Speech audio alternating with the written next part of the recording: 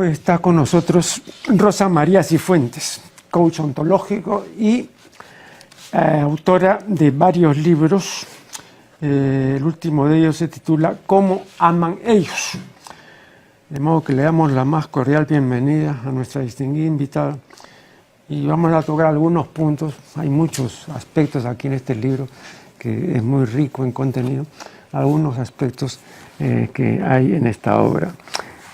La página 189 dice la autora lo siguiente: amar, como todo en la vida, es una decisión, un aprendizaje, una capacidad, y por su naturaleza divina encierra respeto, lealtad, generosidad, bondad, honestidad, compasión, entrega y fe. Luego, más adelante, en la página 193, dice: el amor genuino está hecho de aceptación, comprensión, valores esenciales, lealtad, honestidad, bondad, humildad, voluntad, generosidad, más empatía, pasión creativa, inteligencia emocional para resolver problemas y comunicación profunda. Bien, aquí yo había anotado la definición. Hay dos o tres acepciones que da el DRAE en su última edición del 2014 del amor, ¿no? Y dice la primera acepción: sentimiento intenso del ser humano que, partiendo de su propia insuficiencia, necesita y busca el encuentro y unión con otro ser. La segunda acepción dice sentimiento hacia otra persona que naturalmente nos atrae y que, procurando reciprocidad en el deseo de unión, nos completa, alegra y da energía para convivir, comunicarnos y crear. Ahora, esta concepción del amor tiene vigencia restricta, ¿no? Bueno, pues rige en el mundo occidental, pero en otras partes no rige, ¿no? Por ejemplo, en África no rige, en la Polinesia menos, entre los árabes tampoco, en nuestras barriadas tampoco, en el mundo andino tampoco.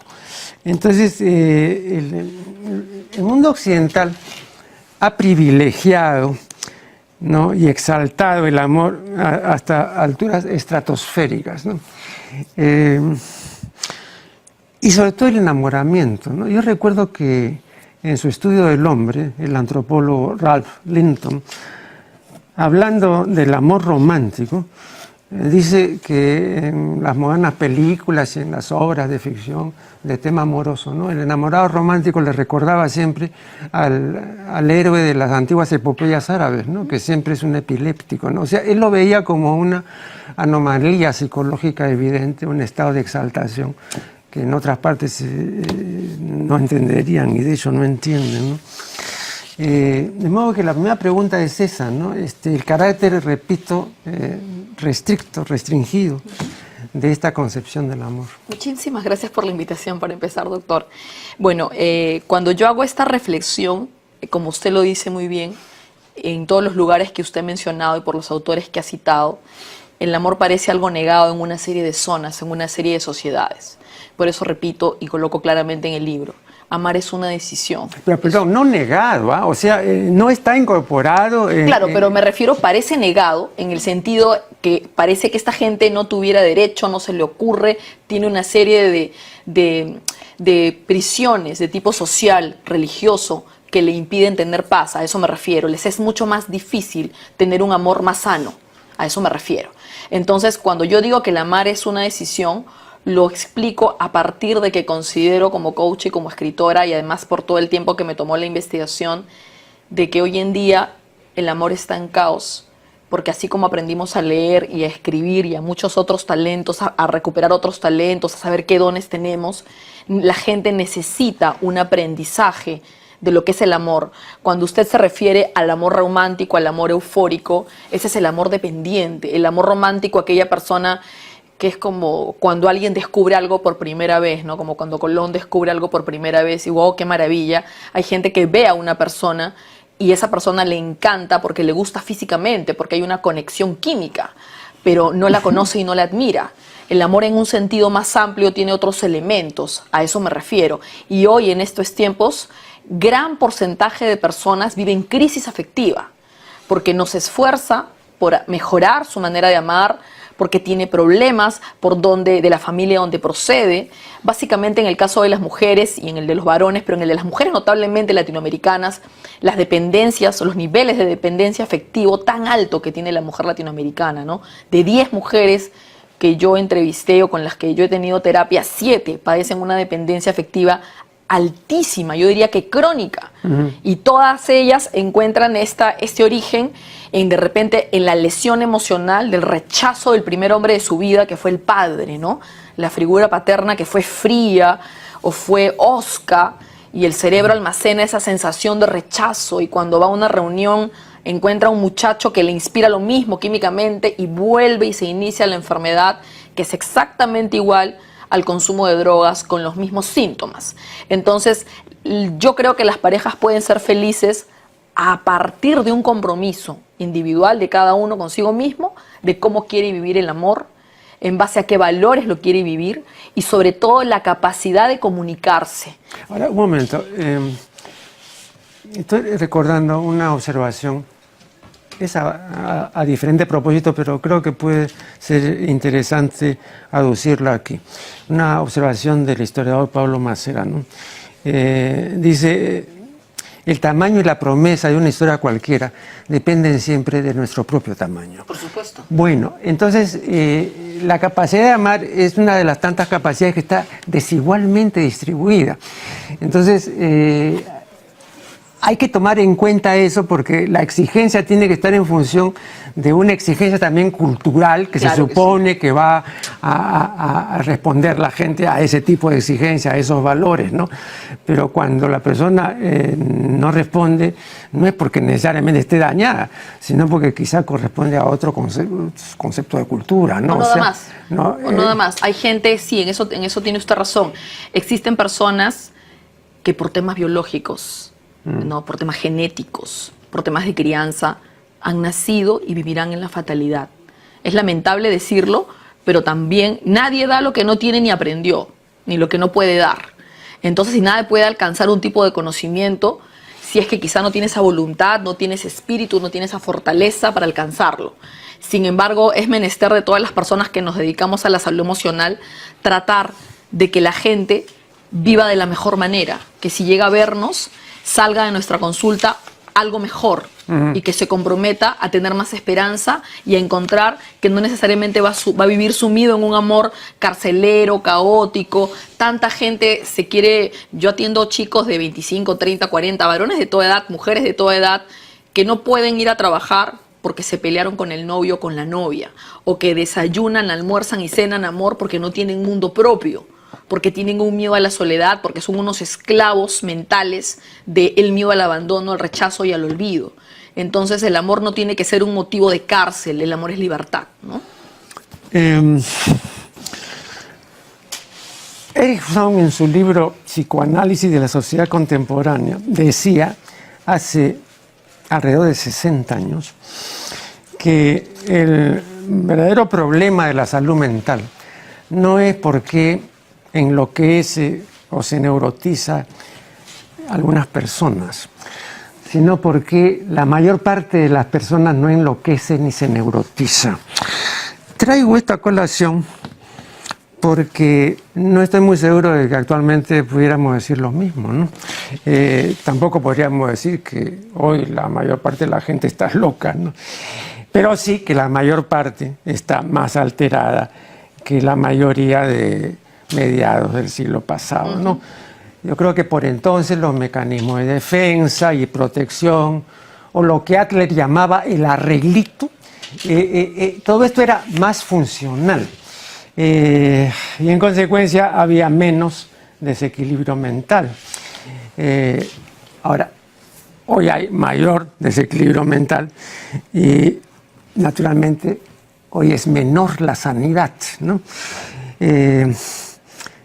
A este propósito refiere la hija de José Donoso, el célebre escritor, la Pilar Donoso, ¿no? Que cuando sus padres estaban ennoviados, él le pidió a ella que se psicoanalizara, porque tenía una serie de cosas y conflictos y todo, y decía, no, si vamos así al matrimonio esto no va a funcionar.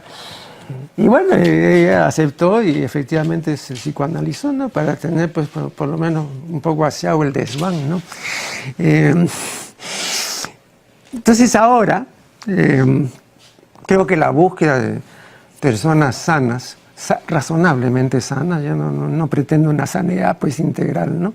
Porque eso ya sería angélico, pero razonablemente sana. Hoy esa búsqueda es más difícil que hace Totalmente, medio siglo, ¿no? totalmente de acuerdo, pero yo creo que esa insanía viene de una cosa terrible, de una emoción terrible que se llama ego. Nunca como en otras épocas, sobre todo a partir de los años 80, con la llegada de la cultura light, con la llegada de programas de televisión y canales de televisión de corte light como NTV, lo ha contado el sociólogo Lipovetsky en varios tratados. Pero eso es posterior al año 80, Sí, por lo menos por estos lares. pero en los años 80 aparecen los primeros programas de NTV.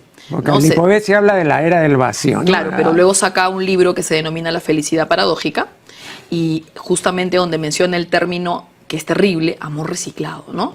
A partir de la llegada de ídolos de programas donde todo ocurre en las playas, ¿no? En las zonas occidentales, se crean ídolos masculinos y femeninos, pero hablemos de los ídolos masculinos, ídolos que venden la imagen de individuos que tienen que alcanzar, conquistar muchas mujeres antes de cumplir los 50 años, con ninguna se comprometen, para ellos alimentar su ego, sentirse más viriles. Además se crea la imagen del cuerpo perfecto y a la mujer se le vende la idea de que si no tiene cierto estándar físico no va a ser aceptada.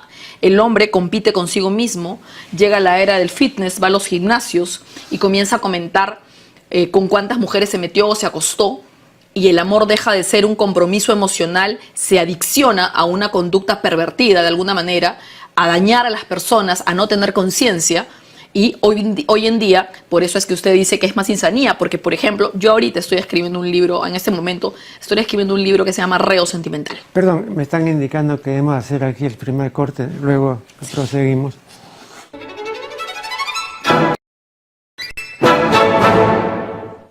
Estamos dialogando con Rosa María Cifuentes. Ella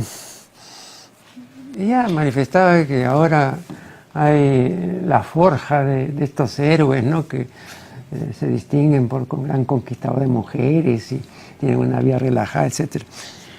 Pero estoy recordando la década de 1950, por ejemplo, Al Este del Paraíso con un James Dean, ya era también uno de esos héroes, no exactamente igual, pero luego ha habido otros, ¿no? De modo que tampoco es un fenómeno reciente. Claro, los ídolos han evolucionado. Ajá. A lo que yo me refiero es que lo que ha aumentado es la competitividad por ego. Y para que la gente me entienda, el ego es una emoción que hace que el individuo busque competir uno con otro para lucir lo que tiene. En este caso, desde el punto de vista de conquista sentimental, conquista sexual.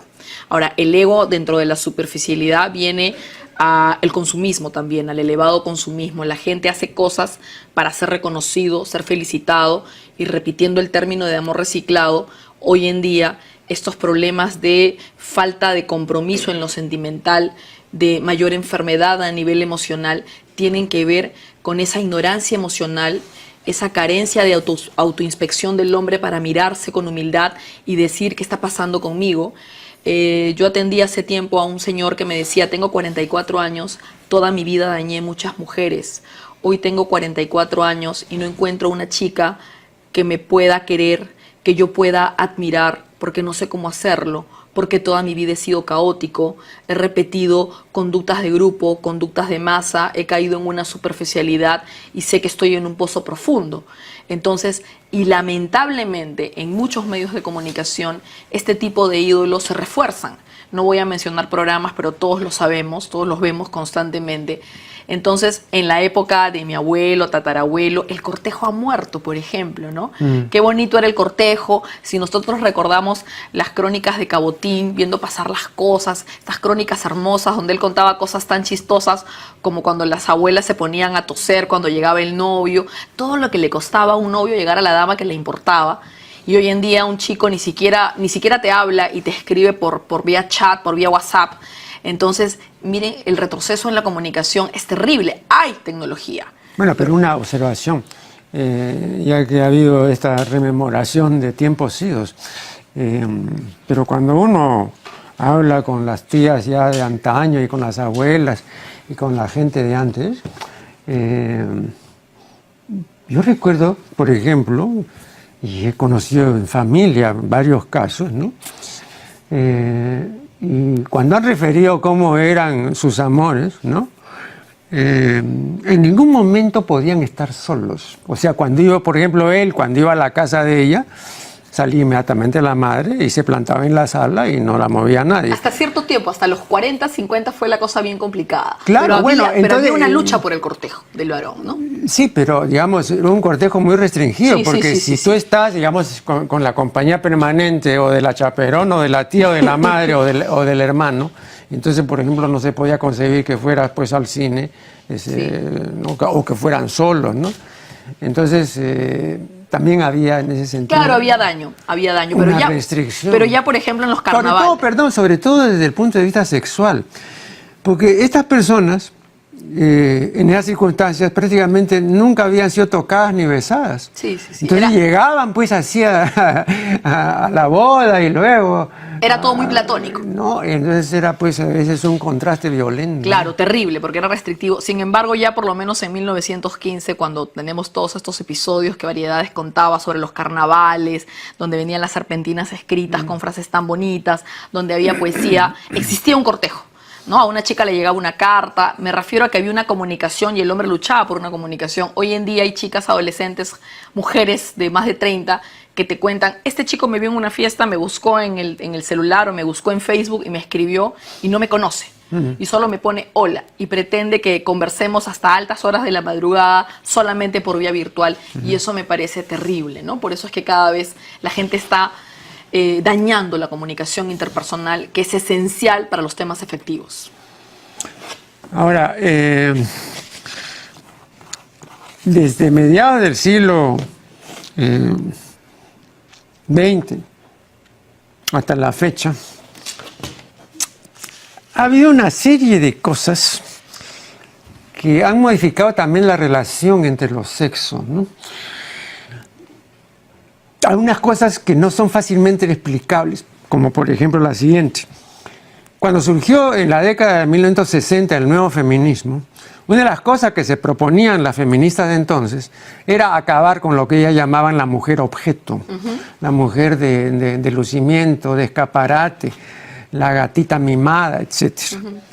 Bueno, han transcurrido los años y no solamente no han acabado con la mujer objeto, sino que la mujer objeto se ha multiplicado, ¿no? Y ahora todo aquello que a ella les parecía superfluo, que a ella les parecía absolutamente prescindible, se ha multiplicado más, ¿no? Yo un día traje aquí un número especial de la revista Vogue, que es una revista que tiene ediciones en varios idiomas, una revista mundial. Y el número tenía 700 y pico de páginas. 700 eran de avisos. Y todos concernientes a la mujer. Modas, cosméticos, en todo eso, ¿no? Entonces, y eso no tenemos que remontarnos a la época de Palma, ¿no? Eso es mucho más reciente. Pero hay un detalle, doctor. Para mí, a esas alturas de la vida, la mujer no es un objeto. La mujer que sale en una publicidad con escasas prendas, le pagan muy bien. Y es más, hoy en día muchas chicas se pagan la universidad siendo anfitrionas sin que eso sea malo. ¿Ok? Entonces, el hecho que una mujer diga soy tomada como objeto, la presencia femenina es una herramienta de la persuasión publicitaria, es parte de una estrategia publicitaria que busca y contribuye al posicionamiento de un producto. Entonces, para mí es un término cliché decir que la mujer es objeto. Hoy en día hay todos los espectáculos, es más, cómo han cambiado los espectáculos hasta para niños. Pero un momentito, ¿no? Yo me refiero a este hecho. Si uno revisa, por ejemplo, los diarios de 50 céntimos, todos los días hay ahí, ¿no? Hay una mujer objeto. O sea, eso ahí no me van a decir a mí que tiene otra intención. No, claro, pero ella sale ahí porque le pagan. Claro. Le pagan y ella va con gusto. O sea, lo que me refiero es que es absurdo que ella diga que se siente objeto cuando a ella le pagan para salir así. No, yo no digo que ella diga. No, digo, las feministas feministas. Las feministas dicen que eso es convertir en objeto, ¿no? En todo caso, son convicciones distintas, ¿no? Cada quien sabe cómo usar su cuerpo, cómo salir con él o no, se respetan las ideas, las ideologías, pero yo creo que la mujer ha convertido a su físico en un poder muy grande, ¿no? Y obviamente por eso es que hoy día las chicas se matan tanto tiempo, tantas horas en el gimnasio. La mujer sabe que la belleza es una fuente de manipulación, de persuasión, ¿no? Y la utiliza muy bien. Es más, la han utilizado grandes actrices en el cine, etcétera, ¿no? A mí eso no me preocupa. Lo que me preocupa es cómo esa mujer, a partir de considerar que hace de la belleza un poder, ha elevado el narcisismo a puntos tan crueles, pronto le voy a hacer llegar la edición de Cómo aman ellas, a puntos tan crueles en que hay mujeres que sí utilizan a muchos hombres para sacarles dinero, para obnubilarlos, para marearlos, ¿no? Para de alguna manera engatusarlos y luego dejarlos, engañarlos una vez que ya no tienen dinero o que simplemente ya no le pueden sacar más, se van. Entonces yo creo que ese tipo de actitudes perversas tiene que ver con el aumento de esta competencia de ego, aumento del narcisismo, que es lamentable y que los medios de comunicación están fomentando. Ahora, yo recuerdo que el premio Nobel de Medicina, Peter Medawar, dijo que aproximadamente desde la década de 1940 la estupidez está aumentando en el mundo. Y consiguientemente la inteligencia está disminuyendo, hay menos inteligencia, ¿no? Bueno, han transcurrido ya una buena cantidad de años y al principio esto no fue aceptado, o solo fue aceptado por algunos, pero la mayor parte de la gente dijo que no era cierto. Pero ahora hay una arremetida, ¿no? Hay un boom de la estupidez, ¿no? Y ¿cómo se explica esto? Bueno, es doloroso decirlo, voy a hablar ahora como docente. Yo tengo en cátedra más de 14 años, de hecho soy docente desde los 21 años. Y si yo tengo que retroceder en el tiempo y recordar cómo eran mis alumnos de mis primeras cátedras, ahora la diferencia es años luz y cada vez es un esfuerzo más grande ser docente universitario, porque los chicos vienen sin background. Ahora, hay varios elementos de por medio. Esta ignorancia emocional que de alguna manera parece que esta generación entrara en una suerte de estupidez, tiene que ver con una apatía muy grande. Una apatía que ocurre por tres aspectos. En primer lugar, por la temprana incursión en nuevas tecnologías. Los niños tienen iPad, tienen smartphone antes de los 12 años, desde los 3 años. Los padres no conversan con sus hijos, no les leen cuentos. Yo recuerdo que a mí toda la vida mis abuelos me leían, heredé colecciones de periódicos inmensas, me llevaban a los museos, de una vida cultural, gracias a Dios, maravillosa, una herencia maravillosa. Y cuántos chicos, un alumno hace mucho tiempo me decía que tenía que hacer un trabajo por Semana Santa y me dijo, Rosa María, ¿me puedes ayudar a recorrer las iglesias de Lima porque no las conozco? Y me daba mucha ternura y yo decía, ¿cómo puede ser que su madre, siendo peruana y siendo limeña, no ya le haya enseñado a su hijo dónde quedan estas iglesias? Entonces hay una arista que tiene que ver el aumento del ocio inútil por la virtualidad usada en mala manera. Si bien es muy útil, la mayoría de chicos lo utiliza para socializar, para conquistar, para colgar fotos, para hacer un boom al narcisismo. Ese es un primer punto.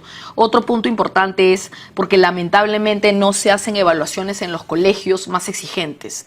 Yo creo que hay docentes de colegio, cuando hace algunos años se hizo la evaluación, mucha gente quedó espantada y acusó al gobierno de que eran terribles con los profesores, pero realmente si se acercaran, si los evaluaran, si existiese una mayor exigencia en el ministerio, muchísimos docentes no estarían y yo creo que necesitan capacitación. En tercer lugar, también está el aumento de la educación como negocio, porque cada vez se abren más universidades e institutos, pero en la mayoría de ellos, sobre todo en los de carreras tan extrañas a las cuales les cambian el título, para un tema de marketing, para captar gente, hay profesores que ni siquiera tienen título universitario. Hoy en día se está exigiendo la maestría, sin embargo se consigue el cartón por competitividad, pero ¿cuánto docente tiene capacidad verbolingüística? ¿Cuánto docente tiene buena biblioteca? ¿Cuánto docente prepara bien sus clases? Entonces muchos alumnos se tratan de llevar bien con el profesor por simpatía, y aquel profesor que es más exigente es visto como el profesor verde o al que lo odian. Entonces, a eso unido a la comodidad y el mundo light de los padres, donde tienen que trabajar mucho más para comprar regalos más caros para sus hijos, hace que nuestra juventud no lea, no lean. En el Perú se lee creo que medio libro al año, hay ferias de libros maravillosas, libros importantes, pero los chicos llegan cansados, llegan a la universidad cansados, desayunan mal, paran pegados al Play, paran pegados a Tinder, paran pegados en la madrugada chateando con desconocidos. Jueves, viernes, sábado van a la discoteca. Todo es extremo, todos son conductas en extremo que tienen que ver con la destrucción emocional. Entonces, ¿qué podemos esperar de un mundo light y de una generación donde a veces los papás no se dan cuenta que han perdido el control y ni siquiera ellos mismos, no todos, digo que hay padres maravillosos, no hacen un esfuerzo por tratar de cultivar intelecto en sus hijos? Vamos a hacer acá una nueva pausa y ya retornaremos.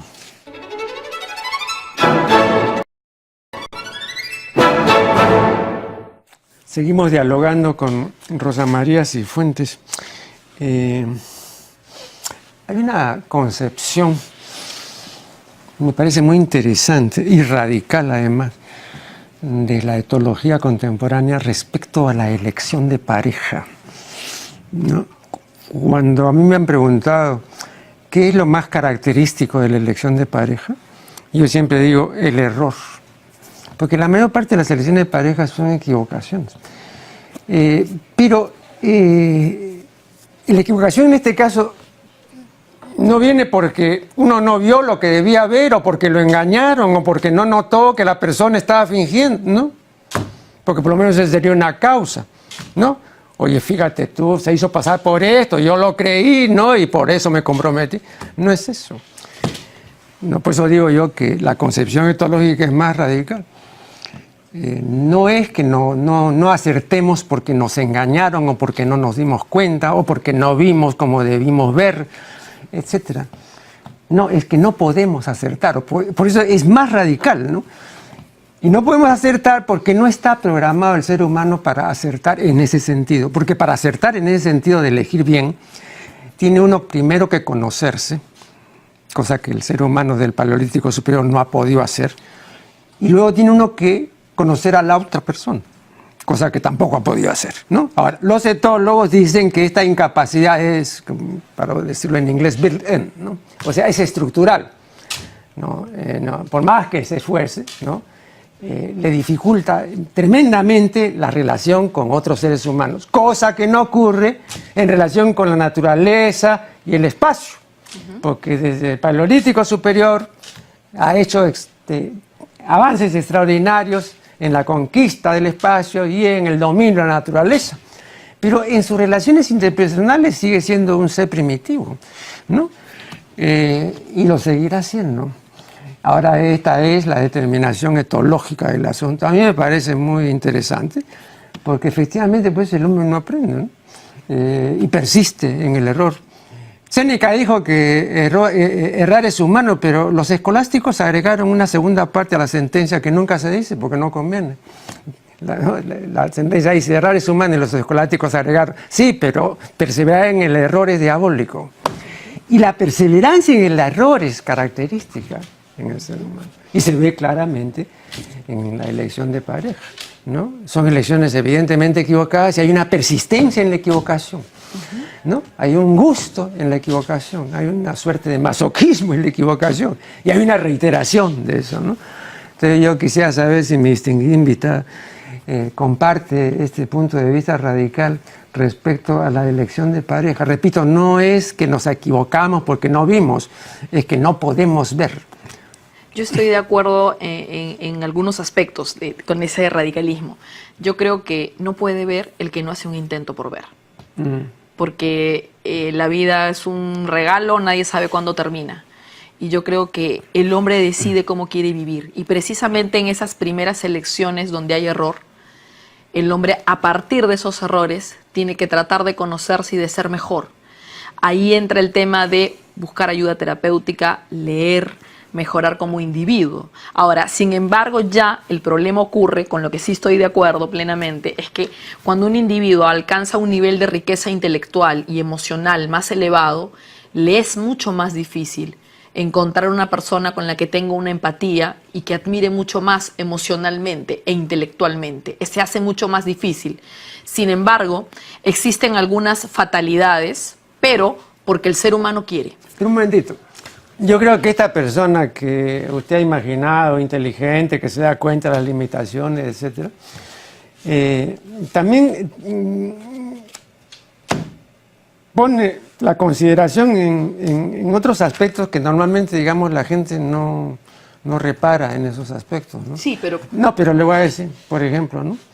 Yo tengo un trabajo que lo he publicado y que el título es ¿Cuántas horas diarias es soportable un ser humano? Bueno, he consultado a los pocos autores que se han ocupado de esto, porque desgraciadamente no se han ocupado muchos autores de esto, y prácticamente todos concuerdan en que en la relación face to face, ¿no? La relación presencial, 4 horas diarias, ¿no? El filósofo Jean-Paul Sartre decía que 2 horas con los hombres, pero más horas con las mujeres, ¿no? Cosa que me pareció muy singular, ¿no? Pues solamente por la mujer que tenía, ¿no? Que era pues una mujer fuera de serie. Pero él decía 2 horas. Otros, como Leopardi, igualmente se han mostrado muy parcos en el número, ¿no? De horas, ¿no? Bien, pero un día aquí, me parece que hablando con Jorge Bruce, yo le mencionaba esto. Y me decía, bueno, pero eso realmente en parejas en las que los miembros de la pareja trabajan, eso es lo que ocurre, ¿no? Salen en la mañana, no se quedan a almorzar en la casa, se ven en la noche, ¿no? Comen algo, ven televisión 2 horas, y entonces ¿cuántas horas? 4, ¿no? Entonces no están viéndose pues todo el día, ¿no? Que además sería insoportable, Claro, ¿no? bastante. Claro. Entonces habría que preguntarse, porque cada uno tiene una capacidad de soportar a los demás, Es ¿no? que las parejas exitosas son aquellas que yo creo que les va medianamente bien, son aquellas que tienen mundo propio. Cuando el ser humano tiene mundo propio, se ocupa de ser feliz en su pasión, en su talento, en su trabajo, y la otra parte de la pareja intenta hacer lo mismo, se reúnen cuando les toca verse y a veces son más de 4 horas porque a veces vienen los viajes en pareja. Y en todo caso eso depende de determinada sensibilidad. Cada individuo tiene un innatismo, ¿no? Hay gente que tiene matrimonios muy sólidos y realmente se llevan bien, conversan, además son partners en trabajo, en muchos aspectos. Entonces yo no podría trasladar esa situación fatalista porque no la veo así, porque yo he atendido parejas de 17 y 18 años de casados en crisis, como es normal en los matrimonios, y que han tratado de poner de su parte, se han comenzado a mirar con humildad, han tenido una esperanza en su relación y las he vuelto a ver después de 6 meses y su comportamiento es distinto y luego los he atendido por separado. Entonces yo creo que todo depende de cuánto compromiso emocional y cuánto realmente amor tenga cada individuo para dar, y algo bien importante, que no tenga temor a amar y no tenga temor a dar. Un segundo, estoy recordando que el filósofo Nietzsche, cuando le iban a presentar una nueva persona que no conocía, siempre se preguntaba, bueno, ¿y cuánto me cuesta esto? ¿No? En preocupaciones, en discusiones, porque yo tengo un precio que puedo pagar, pero más allá no. Claro. Y nadie vale tanto, ¿no? Cosa que no puede decir un enamorado, ¿eh? Porque el enamorado, pues, imagina que está frente a la maravilla del siglo, cosa que no es tampoco, ¿no? Nadie vale tanto, pues, ¿no? Entonces, pero hay una tendencia a desorbitarse, Sí, claro. ¿no? Pero eso es en el caso del enamoramiento. Eso explica también una práctica nefasta, ¿no? Pero que no se logra erradicar, porque cree que eso es una demostración de amor o no sé qué, de que las parejas duermen en el mismo cuarto y en la misma cama, ¿no? Bueno, eso me parece a mí pues una estupidez mayúscula, ¿no? Y yo siempre lo he dicho y además no he entendido por qué se meten en la misma cama, ¿no? Y sin embargo, para ellos tener al lado a la hembra o tener al lado al machito, bueno, es lo máximo, ¿no? Esto es mío, esto es tuyo, ¿no? Hay un nivel de primitivismo ahí y de falta de una elemental psicología, ¿no? Porque, digamos, todo el mundo tiene un índice de saturación, ¿no? Entonces meterse en el mismo cuarto, en la misma cama, ¿no? A un señor que ronca o a una fulana que se despierta y se mueve. Es bien difícil. Yo realmente respeto su opinión, pero yo creo que así como hay gente que piensa como usted de que es terrible, hay gente que lo disfruta y le hace feliz, y eso es respetable. Ahora, yo no creo, sin embargo, considero que toda pareja, a pesar de ser pareja, yo considero que cada individuo debe tener un espacio.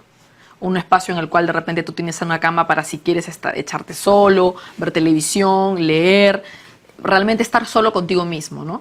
Y realmente aquellas parejas que pueden compartir y disfrutan de un lecho, conversando, viendo televisión o leyendo, tienen un tipo de sensibilidad distinta.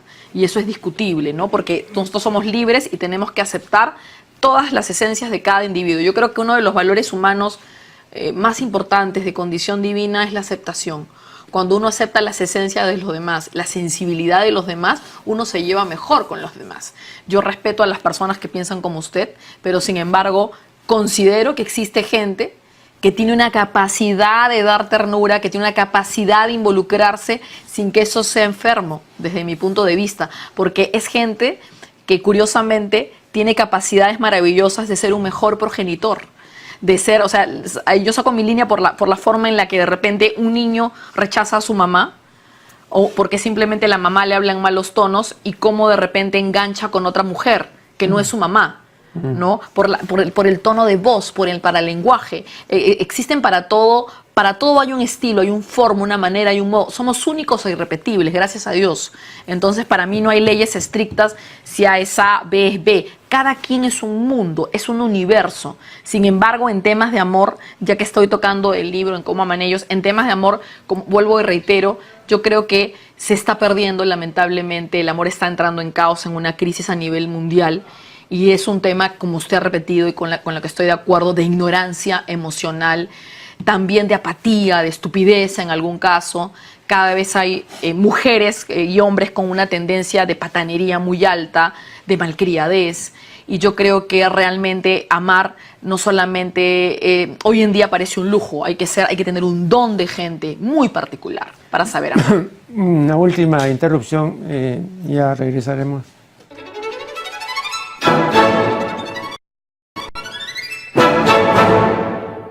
Este es el último segmento de una interesante conversación con Rosa María Cifuentes.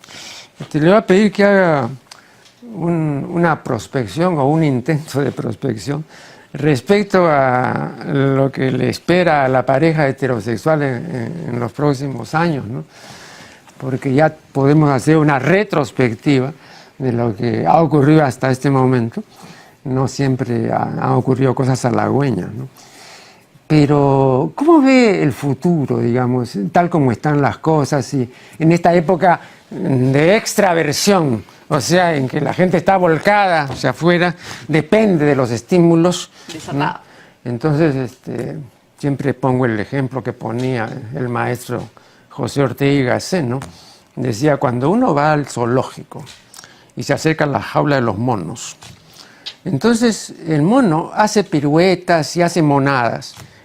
Mientras que le dan pues maní, mientras que le alcanzan un plátano, en fin, mientras que tiene circunstantes, ¿no?, que celebran sus monerías.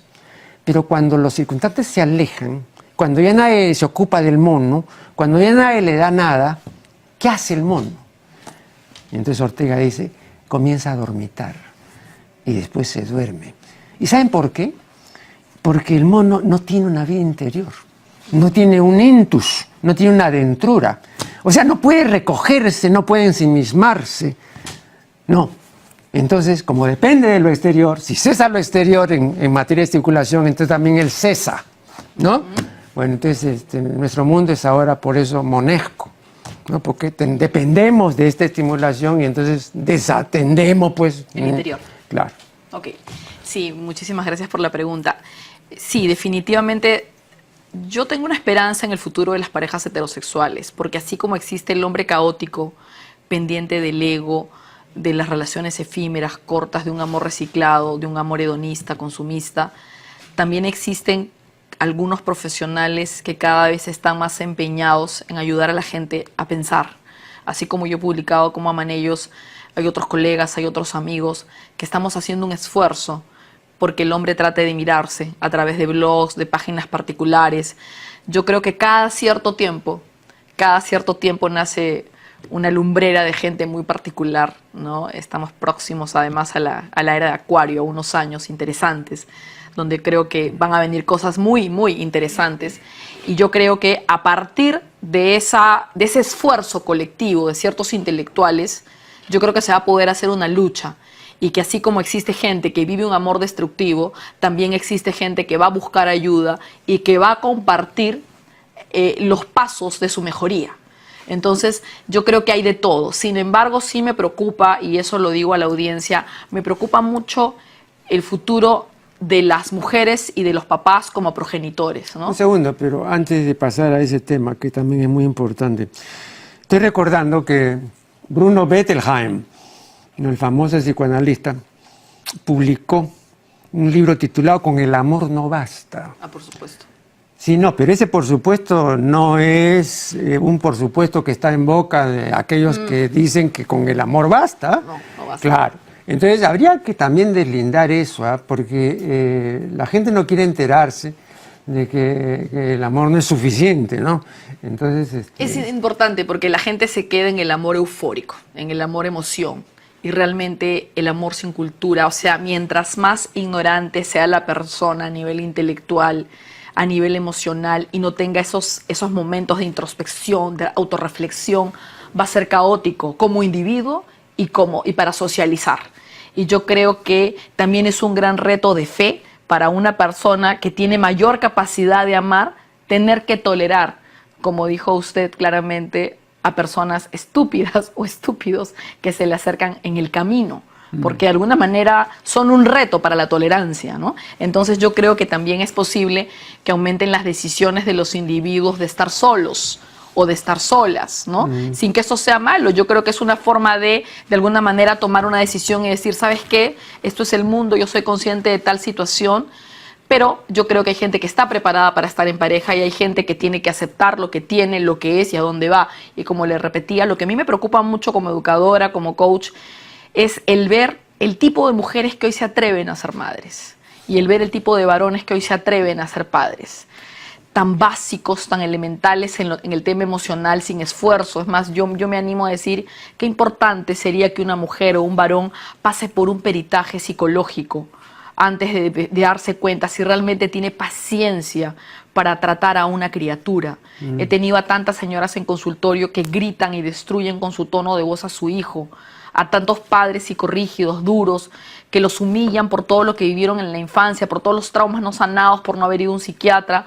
Realmente este tipo de padres de alguna manera son los responsables de que se extienda y que aumenten la fobia social, el miedo, la depresión, la ansiedad. Entonces yo creo que arrastra un tema increíble, un tema muy amplio que podríamos hablar horas. A mí lo que realmente me preocupa del futuro es el tema de que aumente la ignorancia emocional, de que algunos profesionales no se animen a escribir, de que algunos profesionales solo estén en su consultorio sin hablar, lo que veníamos hablando en el corte, que no tengan la fuerza para salir, para hablar, para declarar, para publicar, para compadecer. Lo lamentable en el futuro para mí es perder la compasión. Y si eso ocurre, no solamente la generación que viene van a ser monitos. Yo creo que podrían ocurrir ciclos de mayor violencia, ciclos de mayor abandono en la infancia, y lo que viene sería muy triste, ¿no? Esa es una cosa que yo confío en Dios y que el hombre se vaya dando cuenta de que puede vivir mejor con voluntad. Yo tengo un trabajo, bueno, varios, ¿no? Pero un trabajo acerca de el hombre urbícola y el hombre armado. El urbícola armado.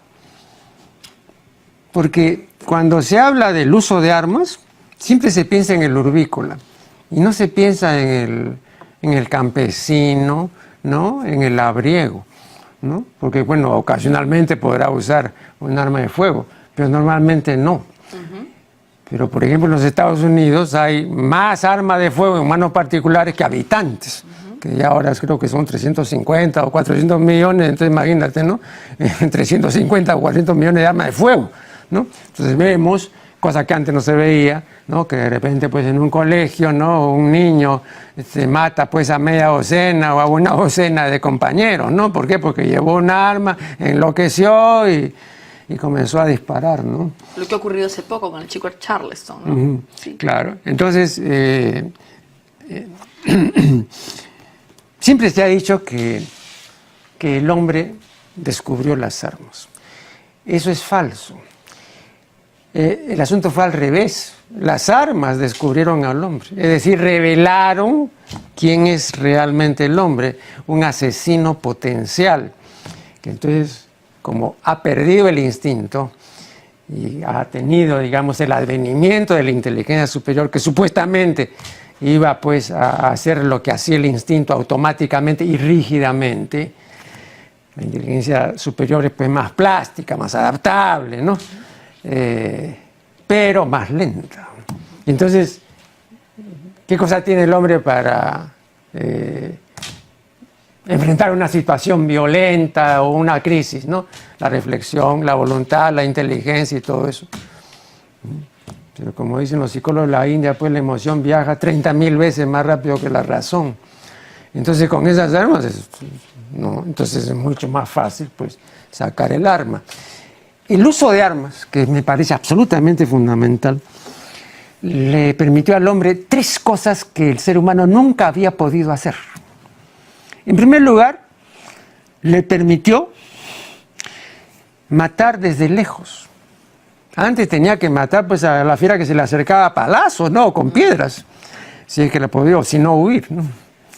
En segundo lugar, le permitió matar sin ser visto. Eso también muy importante. Y en tercer lugar, y esto me parece lo más terrible, le permitió matar con impunidad emocional. El asesino que tira un misil de un continente a otro y mata a 100.000 personas no siente el desastre que ocasiona. Absolutamente. Bueno, en el caso de las armas, yo también tengo alguna investigación sobre temas de homicidios. Los crímenes pasionales en el Perú son tan comunes, son pan de cada día. La prensa no difunde todos.